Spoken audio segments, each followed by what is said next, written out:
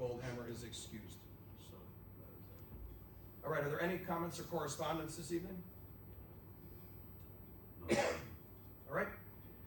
Hearing or seeing none, moving on right away to new business item number 1.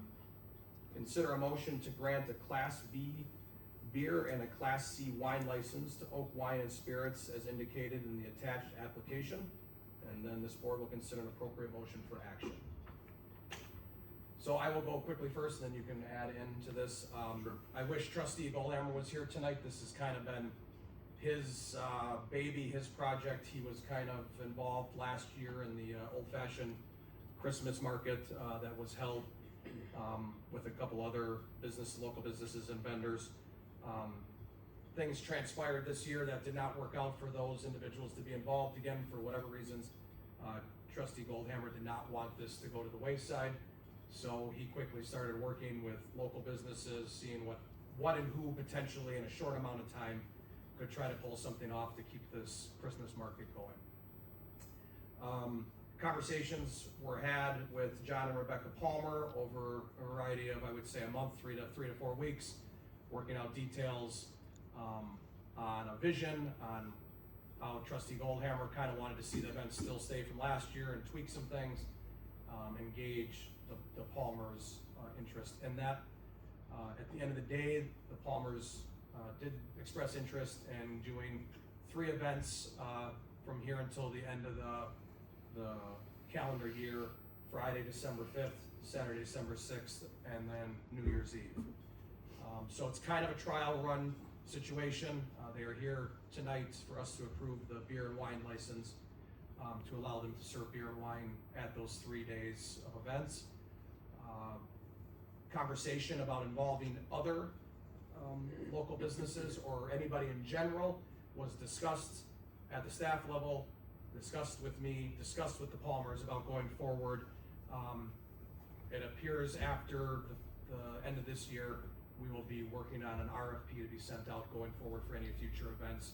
Also involves the Palmers to bid on that. If they find success and feel that these events were worth doing again, they are more than willing to bid on that as our other local businesses going forward for events in the park in that tent.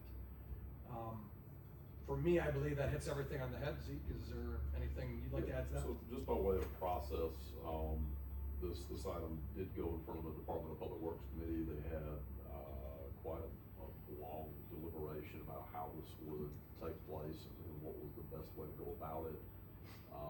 As President Jaski indicated, this event was likely going to die absent jumping in and trying to shepherd something to the finish line.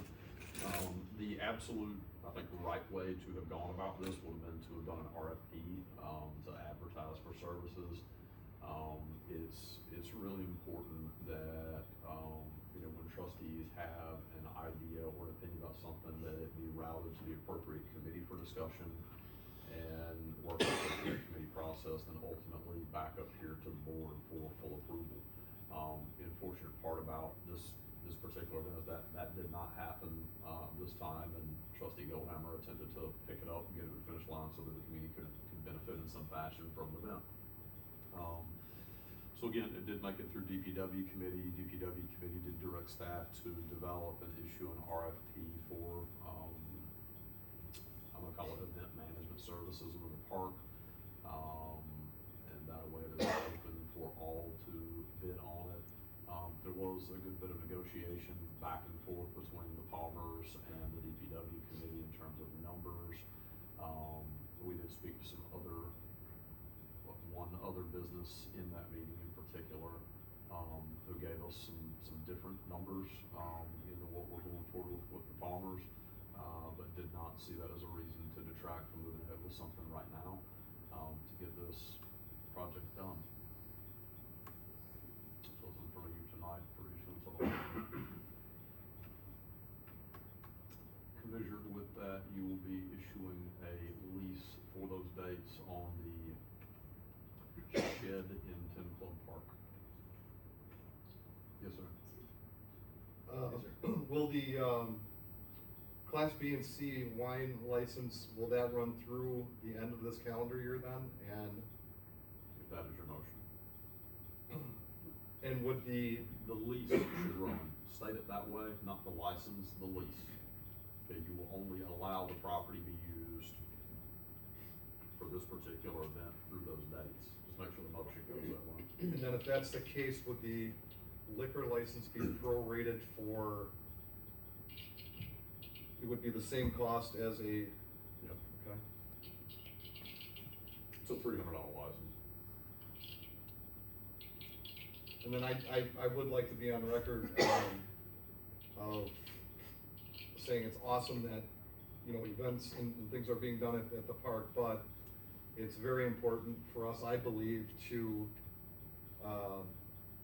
going forward, have the process be RFP.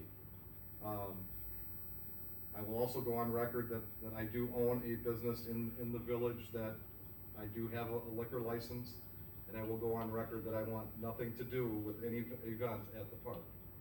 So, but I do know that there are other businesses, and thanks to John and Rebecca for stepping up so quickly and getting this done for, the 3 upcoming events. But again, this being a smaller community, we have to be very open and transparent to anything going forward, in my opinion, as far as RFPing for events and liquor sales and liquor licenses for, 10 Club.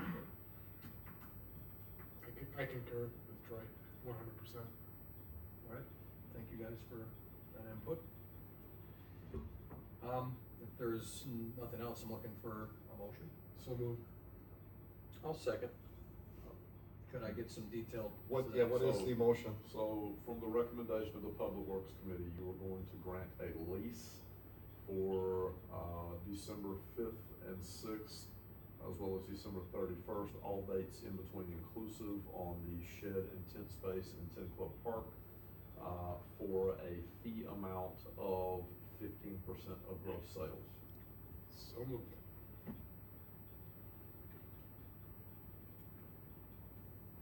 That was the committee recommendation. Okay, Get a different so thought there, there. so there will not be an event cost, it's all based off of sales? Yes, that was the committee recommendation.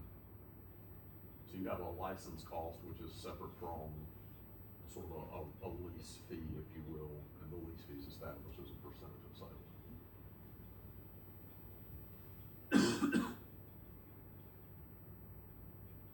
And John and Rebecca are great business owners and upstanding, people of this community.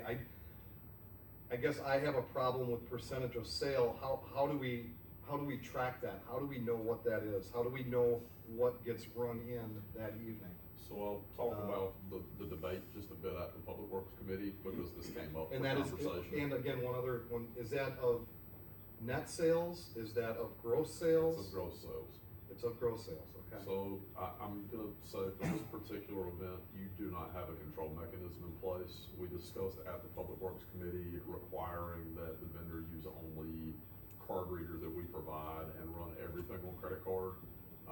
So that was discussed in earnest. You can ensure that you're getting your adequate share of that. This is not uncommon from what's going on with Christmas markets around the state right now. Just speaking on a side, I'm a vendor in a number of those. Deer District in downtown Milwaukee takes 8% of retail sales. That's a different animal than alcohol, but percent of sales leases are not uncommon. One other, can I ask a question of John? Give me a come up there. You don't have to. Will the, sales be collected as cash only, or will you have, card available? We just Both. went over there today, did a test run with our toast system. It looks like it will work over there, so it'll be both cash and credit. Okay. And would we be able to see a copy of, all card sales for the evening? Yeah. I mean, I guess going forward, you guys wanna put this out for our RFP. If that's given to the board, that should be board only and not public knowledge, I would think. Yeah. I don't know. John, how it that can't works. be. So ultimately, to Troy's point earlier, it's a public park, and where the board benefits is for that to be a very transparent process, so that the highest bidder actually places the highest bid on that, and so information is a part of, Transparency. yeah, transparency. So, and this is how the state of Michigan does it all the way around for all their state parks. So food truck vendors within the state of Michigan all have to produce sales receipts. It's all run on credit card. And then whenever the 3 or 5 year contract is out, everybody that might want to bid on that location knows exactly what was done over the last 3 or 5 year period, and then they can bid it accordingly. So, you know, your numbers will be a public record that anybody can get access to. And the way that I discussed writing the RFP with the DPW committee was to require, you know, all sales go through a terminal. That's just what you have to do if you're gonna make it percent of sales. The flip side of that is to do a flat fee amount. And we do have numbers from last year, because it was a requirement of Waterford Stillhouse to operate, within the park during that time period. I'm going from memory on this, but it was $22,000 in gross sales that went through that tent over the 3-day period that we were at the Christmas park, with the vast majority of that being on just the Saturday of the parade. So you do have costs that you have to recoup, you know. I would be fine if this board decided to do a requirement of card only. Obviously, there's an additional fee for the vendor of probably anywhere from 2.5% to 4%. So I would be willing to Eat it. Yeah. Wait, decrease the Well, you still- contract so the vendor didn't have to eat the 2.5% to 4% plus whatever fee percentage they're paying to the village. Yeah, we discussed that at DPW committee, is just having that inclusive in them. So, the number that we actually talked about at DPW with a different operator was 30%, and then plus eating the credit card fees. That's not where we arrived at a conclusion for the Palmers on this one, but when you have transparent numbers, the market will chase a fee basis that's commensurate with whoever the leanest operator is. So we expect in an RFP, you get a more robust percentage response. So we're using our terminals. Not on That's this what I one. heard you say. You just said we're gonna, For future. okay. So, John, your POS system, you can run a report right at the end of the night that shows total cash sales, total credit sales, and checks if so needed. I believe so. Yeah, I mean, I was a manager for 20 years running retail, so I'm fairly familiar with end of the day, So, end of the week, whatever. Your system should have the capabilities to show all cash sales, all credit sales. And if you're cool with sharing that data with the board, I have no problem going forward with this. Because then it's on the up and up, everything's The transparent. whole problem is my toast system runs Oak Wine and Spirits, and it's gonna be running that at the same time, we're both open. So I don't know if we can differentiate, you know. Well, you just, in your separate system, location tracking. I don't know, I you gotta may look be- into yeah. it, sure somehow we can Who do that. are you using? Who's your Toast?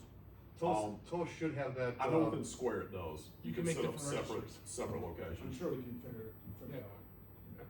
As long as you can track it and everything's transparent, I'm totally cool with it. I'm not really cool about us eating the fees, but if that's what you agreed to, it is what, I mean. Well, that's not That's not that's for this- future event Yeah, discussion. and that's why it's unfortunate Trustee Goldhammer's not here, is he, I don't wanna say this was rushed, but he was trying to do something so there was still a Christmas Something. event. And again, we need And- a Christmas. And events. to Troy's point and to your point about going forward, that's the beauty of the RFP, is all these details can then be worked out in the Yeah. RFP. But yeah, if you're cool with just sharing your POS information for those dates, I'm 100% on board.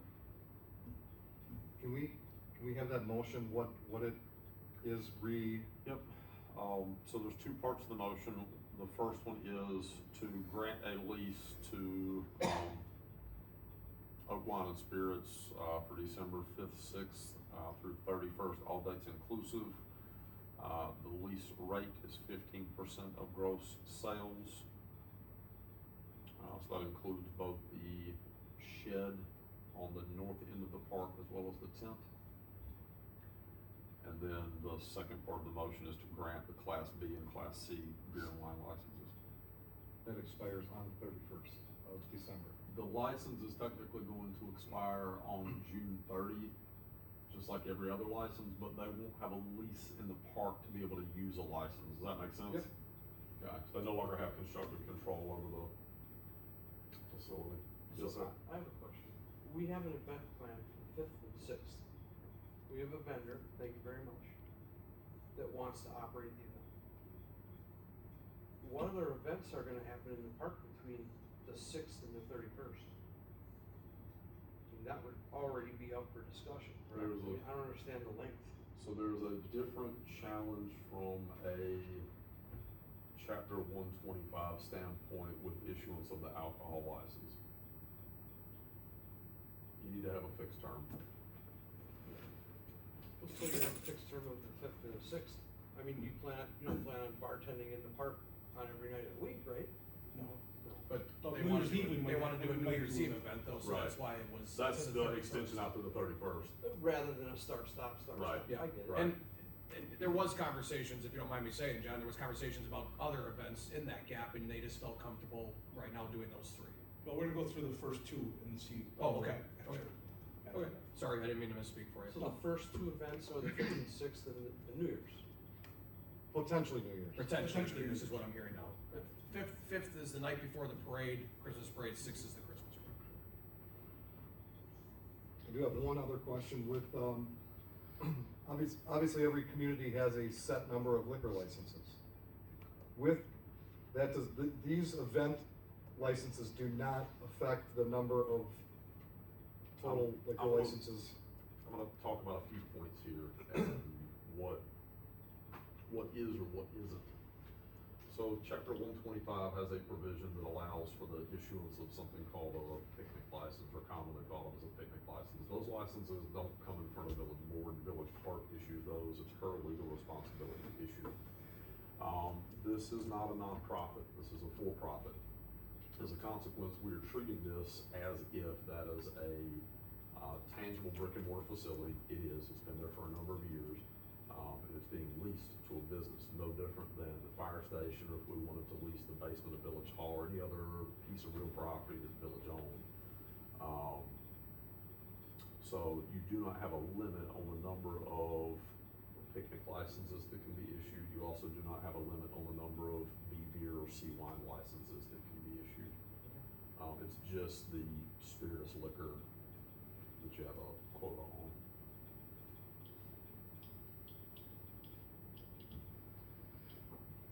Was that your motion earlier, Andy? My motion, I will amend to just add that end of sales day data will be shared with the village. For those events. Okay. Zeke, would you like these separately, or together? Okay. So we have a motion with that, added language of the Palmers to present their end of this night documentation. End of day. End of day, thank you.